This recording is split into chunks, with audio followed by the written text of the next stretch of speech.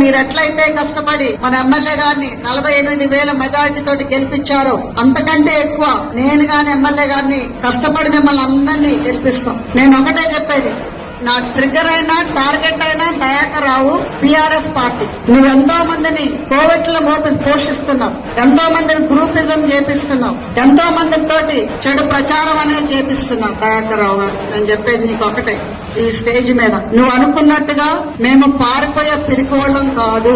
ఇక్కడుండి పోరాటం అనేది చేస్తామే తప్పితే నువ్వేదో మమ్మల్ని భయపెట్టించి బెదిరించి పంపించాలని చూస్తున్నావు. ఎవరైతే ఆయన డబ్బులకి ఆశించి కోవిడ్ రాజకీయాలు చేసేవాళ్ళు ఉంటారో వాళ్ళకు కూడా చెప్తున్నాం, ఎవరైతే గ్రూపిజం చేసి ఆయన చెంచాగాలు ఎవరైతే ఉన్నారో, ఎవరైతే అత్తాకోడల మధ్యన పెట్టాలని అనుకుంటున్నారో సహించేదే లేదు.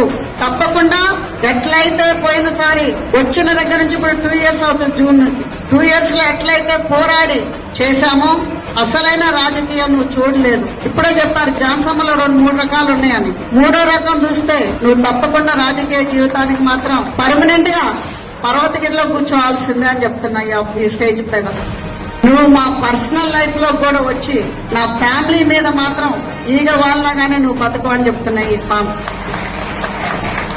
అది ఎవరైనా సరే, ఉన్నోడైనా సరే, పనోడైనా సరే, పనోడు నుంచి 11 వరకు, ఇంటోడి వరకు కూడా ఇది వార్నింగ్ చెప్తున్నా. ఈ స్టేజ్ మీద ఎవడైనా అడ్డొస్తే మాత్రం ఊకునేది లేదు.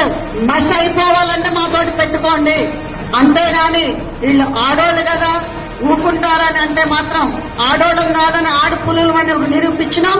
ఈసారి అగ్నిగుండాలని నిరూపిస్తాం. రాసి పెట్టుకోండి.